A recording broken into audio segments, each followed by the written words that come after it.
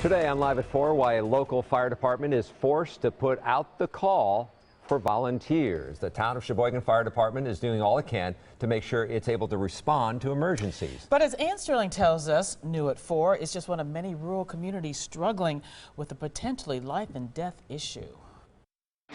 3 days after this deadly apartment fire in Sheboygan, investigators are still trying to figure out how the fire started.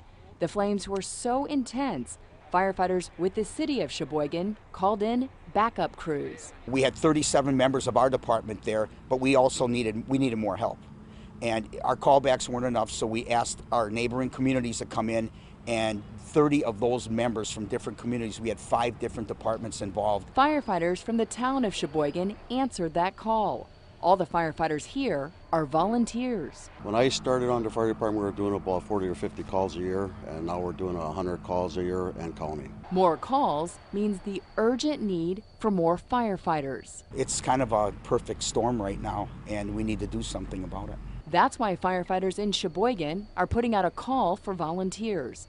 It requires commitment and about 8 months of classroom training. It is dedication, and it goes beyond the classroom time. It's the calls in the middle of the night, during birthday parties, the most inconvenient times, and we respond. A lot of people want to see money for what they do now. Well, we all used to do it from the heart, but nowadays some people like to see reimbursement for what they do. If you're interested in joining the town of Sheboygan Fire Department and you're afraid of heights, firefighters here say don't let that stop you. They'll work around any issues. The chief is hoping to recruit at least 18 volunteers in the next couple of months. In the town of Sheboygan, Ann Sterling, today's TMJ4. Hopefully they'll get a lot of people. Thank you, Ann. Well,